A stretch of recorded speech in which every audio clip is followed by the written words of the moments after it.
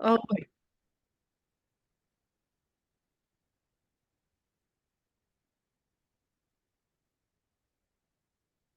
I love it. Okay, guys, we are here for our first official book club for Build to Last. And I'm going to try to keep my cool here because I'm pretty fired up, but I am loving it. It's like in my top three faves of my current books right now, probably number two. And so I just, Bridget and I were just talking about it. It's simple, it brings clarity, it's empowering. It's not noisy or fluffy. It's focused. So that's what I am loving about it. So our plan here is that we're going to try to keep things short and sweet. We know you guys are busy. Yay for you all for even like being here and showing up on a Friday afternoon. That's what it is for most of us anyway. But we want it to be timely for you guys, not to go too long. So I think we'll each share our main, top, fave, impactful, whatever, to take away from each chapter. And we'd love to hear from you guys in the comments.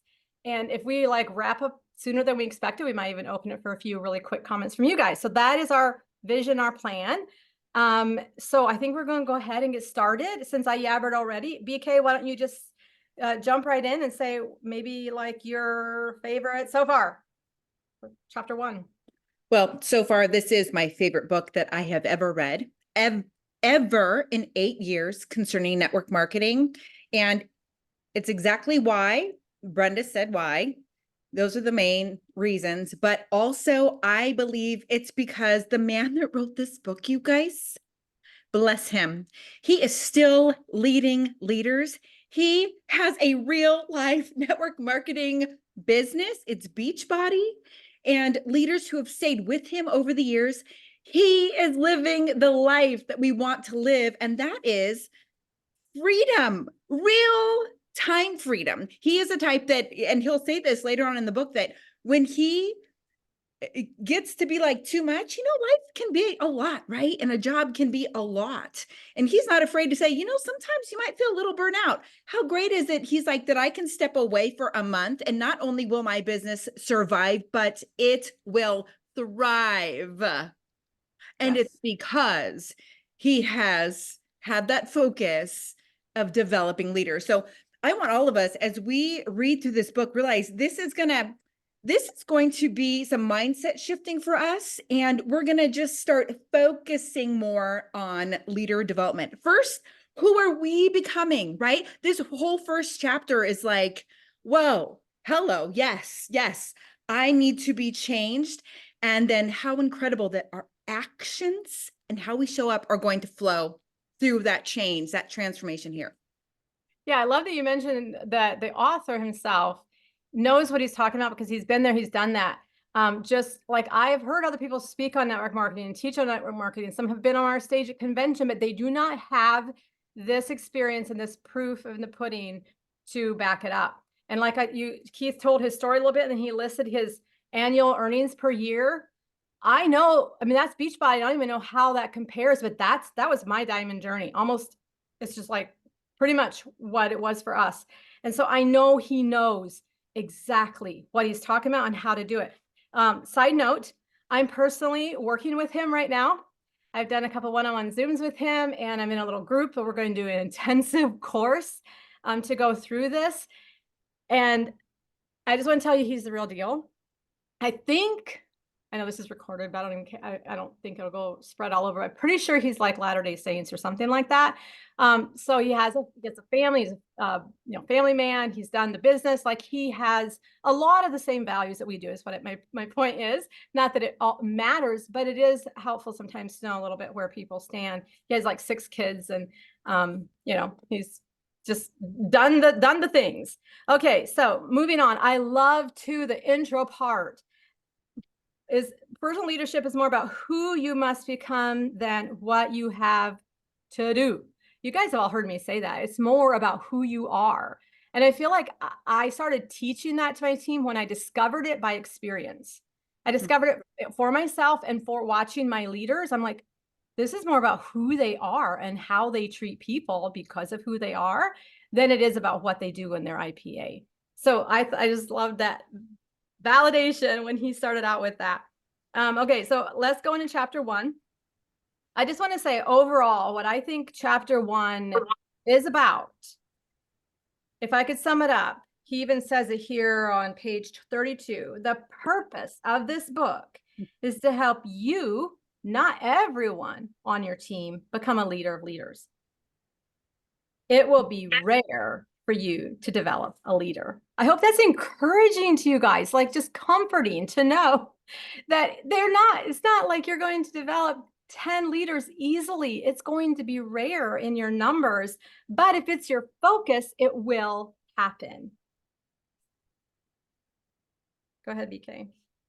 I totally agree. And I believe it is in chapter 1. It might still be in the intro because I'm like stuck in the intro because it's so good. But you guys, that like 1/10 of us in the reading this book will actually move forward and actually lead and develop another leader. That to me also was quite annoying. I don't know about you, but I'm like, excuse me, do you know I am reading this right now and I'm going to do this. If you had that same response and you like, excuse me, 1/10, well, I'm going to be that 1/10. You guys, this really is a decision. And if I'm going to say this, if you are feeling like the hamster wheel right now, because we really want to relate this to your business right now, I'm going to say, I'll bet you are lacking in some professional care time where you are refilling yourself, renewing your mind so that you can go out and honestly help others do the same. Truly. You know, he says, change your focus, change your results. And that's what Brenda just said. You know, what we need to be thinking about when we wake up in the morning. This is so good, you guys. Maybe something to put on your mirror. Yeah. Oh, yeah. On your Bible, wherever. Like, I am looking for leaders. Yes. Iris gets it. Like, let this start melding into your heart and changing the way you look at your business. Okay. You guys, I mean, let's face it. Leaders of followers really do need to be needed. And I think we've all been there at some point in time, you know, when you first joined and you're like, this is so fun. I'm a leader. They need me. Oh, no, you do not want that long term. None of us do. No, we want people to be empowered, leading their own people and fly the nest, right? And you guys, this is what makes our comp plan so amazing. It really is that residual income. I believe that why people quit too soon, why your people have quit too soon, why my people, do you know how many people I've had quit too soon? It's the wrong focus. And you know what? I can look in the mirror and go, I did not help with that. I did not help with that. So, oh my goodness, I could talk this entire time and I'm looking at the time going, this is horrendous. You touched on page 31. Leaders of followers need to be needed and leaders of leaders want to be exceeded. And I love that I was actually taught that in the beginning by my upline. And I think it came from Helen and Sonia originally. They said, look for people to join your team who you consider better than you, who you think could do better than you, exceed you, and go farther than you. And I had watched that in real life with myself and my upline. We all passed the people in our upline pretty quickly, quite a few levels up between us and Sonia and Helen. I think we passed pretty much all of them. And it was because they weren't applying themselves in the same way. They weren't in the game in the same way. They weren't developing. They weren't talking about the business in the same way. I discovered later. So that I watched that play out, and it's so true. You really be okay with people exceeding you. That can be a red flag for you if you don't like the idea of one of your people doing better than you, being on the leaderboard, winning contests, or anything like that above and beyond what you're doing. Big red flag. That is not a true leader. Well, I've heard that about Keith Callahan too. He is rarely on the leaderboard. He's rarely on stage, but you know what? All his peoples are, and he's the one earning 800 grand a year, you guys, you know, because he's not doing this for the spotlight. He's doing this to create a legacy. And of course, that moves us into chapter 2, but he is actually looking and caring about these people. He wants to change those 7 generations ahead of him in his family and through others. Brenda, when you mentioned like seeing other people thrive and drawing people that are better than us, I feel like the key is right here. It's who are we becoming? Because how do we draw people that are stronger than us, that already have those leadership qualities, that strong work ethic, the stable emotional, or EQ, whatever you want to call it. And it's the way that we show up. So we have to be changing and transforming so that when we get on social media and we're posting, they can feel that we know where we're going, right? Who wants to follow somebody who doesn't know where they're going? Well, a leader knows where they're going. So we're going to learn how to become more of that, to emulate that, to draw those types of people and then help them develop way past us. Yes, love that. In the end of chapter 1, he says, ask yourself how your team is doing, not how you are doing, just like we talked about, just your own personal work, but how your team is doing. How would they do without you? Without duplicating leadership you haven't built to last. He gave the story early on how he stepped away for a retreat and his team continued to grow, not just grow, but grow hugely. And I have experienced that in the past too. So it is amazing. And it's just such a proud mama feeling. And so that's what you guys are going to learn how to do. Okay, the action steps at the end, I loved so much. I hope you guys took a minute for that, or if you haven't yet, do that over the weekend or before you get into the next chapters. Legacy, I'm glad you mentioned that, BK. This is actually more than the first chapter. I loved this one because leaving a legacy is about you becoming the best possible version of you and being that person day in and day out. I think that's the key. And it's back to that emotional maturity you mentioned, BK. And we've been personally talking about a lot of that lately, habits, discipline, things like that, back and forth as leaders, and how we can encourage more people to do that in their daily. So didn't you guys like how he said our lives are impacted by 7 generations before and our lives will impact 7 generations after? Talk about a legacy. Ooh, yeah, it's way bigger than the pink drink. That is for sure. I haven't seen any comments, y'all, but if you feel like you want to add something that stood out to you, we would love to hear that in the chat. Another favorite quote, page 43, income is not the real gift, a changed life is. And you guys, a lot of you nod your heads. I think you've already experienced that enough to know what we're talking about. The real gift is the person you have to become in order to earn the income. I just love that he's touching on that. Yes. The blessing of this business is that the more bright, shiny, happy, content, loving, and gracious you become, the more success you see. This is really an inside job, you guys. And wow, the better version of you that you become, the more you earn. The money really is the byproduct of a better you. So, I'm going to just address this really quick, if you don't mind, Brenda. During hard times of life, when there's something personally hard happening and it's hard to show up, those are the times I will say for me, because I've had many hard times and ups and downs and things happening in our family over the last 8 years. Oh, I just love that little person that popped up there. But you guys, it truly, I can look back and go, whoa, good thing I was doing the personal growth and pouring into my mind through those times, because through the trials, that's when I was like kind of in shock, like, wow, I'm able to still show up because I had been transformed. There was something in my brain that was just like, nope, I can still show up. I can keep going. So be encouraged.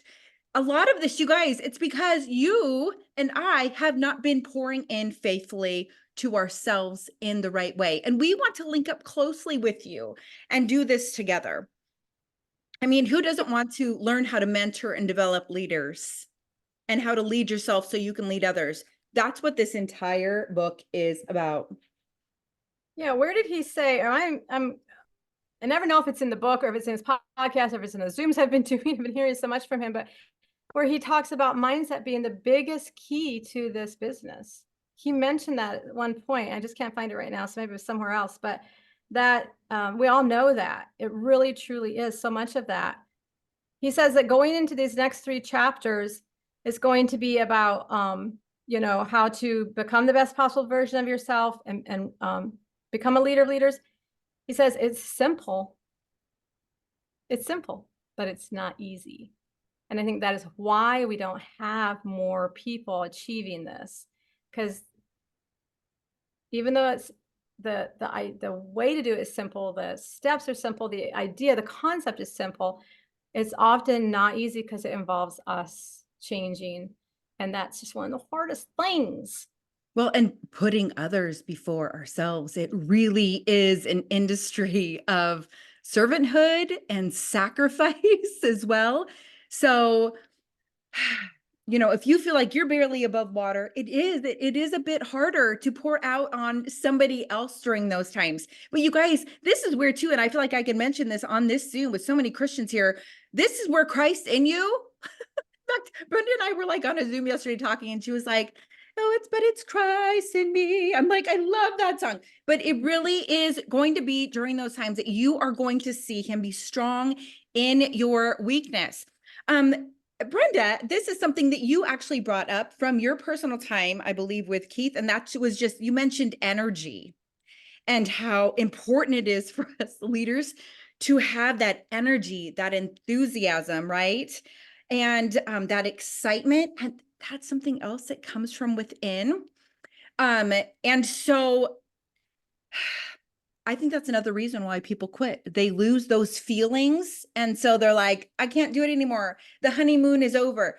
You guys, you can get that again, and you must find it again. And a lot of times, I think the energy comes from exactly what Brenda said, seeing other people thriving, serving others. Really is a life of significance, being a leader, right? We long to have legacy deep down. Maybe that's been tucked away for too long in you. Maybe you haven't talked with your family about that lately, but this really is about leaving a lasting impact. I love that. And what you mentioned about the energy, his quote was, "This business is all," and he drug that out, Oof. "energy." And because he was talking about us as leaders showing up whether we feel like it or not, putting out the energy, the right energy for our people, whether we feel like it or not, because we do have our down times, but as a leader, you always have to show up with energy. Um, so one thing I wanted to say about this chapter too, that just made me think about as I was reading through it, you know how often you ask people their why, and they all, I would say easy 50% of my people over the years, I'm talking just like a new VIP, a new silver, they'll say they want to help others. Like that's their why. They want to help people, they want to impact others and all this. And in their minds, they're probably mostly thinking health wise, and that's good and that's noble. But I loved the thought of this developing leaders, helping someone earn a significant income for their family. That is the ultimate way we can help people in this business, because it's going to give them more than just the income. Remember, it's going to change their life in a way that you can sit back and it's almost like if you haven't yet experienced it, it's hard to explain. But again, it's that proud mama feeling, but yet knowing that it's lasting and it's impacting more than just them and their health here and now. Anyway, this is a subject I love. So I wanted to bring that in there. When it comes to helping others, this is the best way. Okay, I was reading through the chat. Loved what you guys said. Becoming the best person, it's not easy. Mindset shift so hard. I feel like he zoomed out on an even bigger picture than I've been able to see before. That's a good way to see it. That is good. It was encouraging, convicting. It was mindset. Leaders that hasn't registered before. The leaders that I love are so energetic and positive, encouraging. So that when I just wrote that question, wrote down that a question I need to ponder is that sorry, I'm reading too fast. Take a little pride in being someone who's logical and balanced and didn't drink the Kool-Aid. Okay, I know where that comes from. It sounds just like you, Bethany. Love it so much. It's like yeah, I get what you mean. Is that the question at the end, the action steps in the first one? Make a list of leaders you admire within the company. So that's probably where that was coming from. Yes, they're energetic and positive, encouraging. Why I don't take a little pride in being, I can't, for some reason it's blocking my, does that say do or don't? I cannot read it. There's a little icon thing blocking the do or the don't. Can you read it?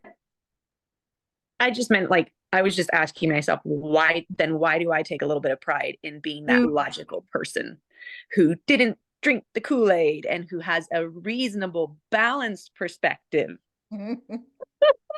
Yes, I thought that's exactly what you meant. I get it.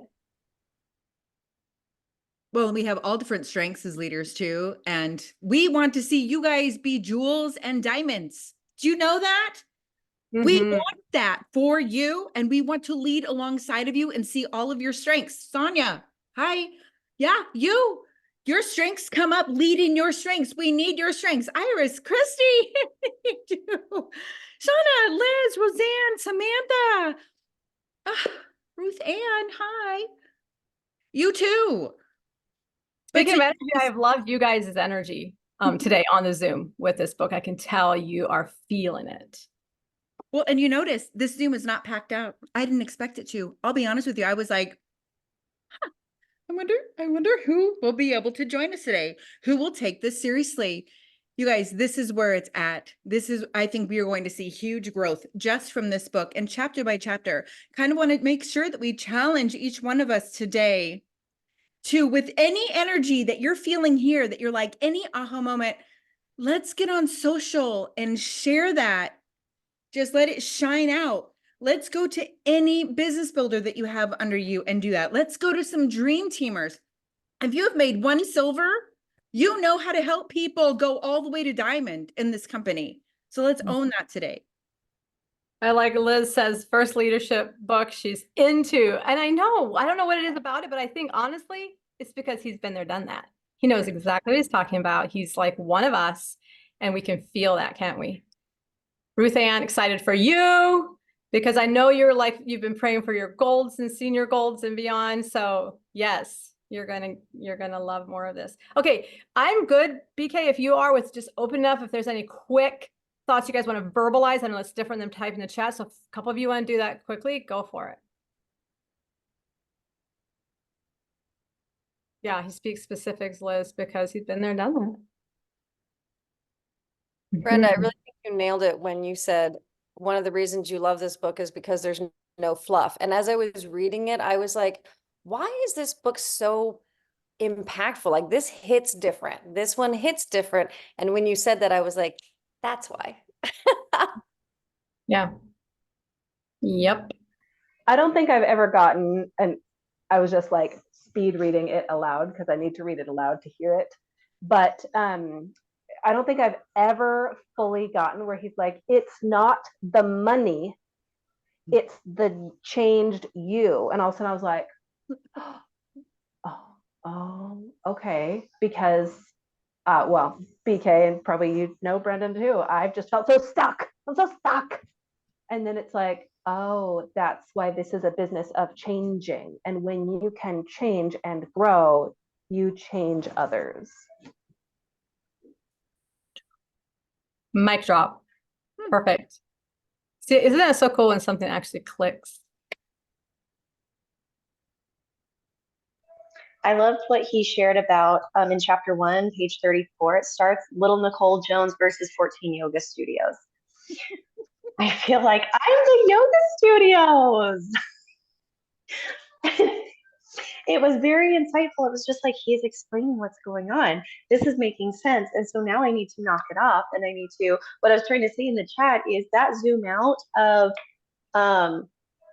not only the legacy, but also like the creating leaders of leaders, because I can look and I can be like, oh, I'm a leader, or I can be a leader, and I've got a couple leaders, but leaders of leaders it never clicked before. So I felt like that was like fireworks going off in my brain. It's very exciting and a different mindset shift to take. This book has been so convicting already. I'm just loving it. I love that you mentioned that, because when I read that story, it reminded me of me when I joined. My upline had someone else who joined who was like famous and had all this following and all this stuff. And I'm like, oh, they're going to go diamond so fast. And she said, nope, pretty sure you're going to do better than they did, or they do, or whatever. And sure enough, I went much faster and more of a legacy business than because I had those personal relationships. They were just more like, you know, bringing in thousands of customers. But that leadership, I think you said something in the very beginning here about deep relationships or something about strong relationships or something is where it's at. So I love that we kind of skipped over that, but I'm glad you brought that up. It's true. Yeah, the deep love that I have for my team and my leaders. I mean, they have turned into some of my most dearest friends. It is true. Even just that is like the payback, like it doesn't even compare. It doesn't compare with even retiring my husband. I know that sounds crazy, but it doesn't. It is so precious when you're involved in one another's lives to encourage one another on the journey. Yeah, in marriage, with children, let's love well and keep our priorities straight, you guys. Love that. That's a good spot to end.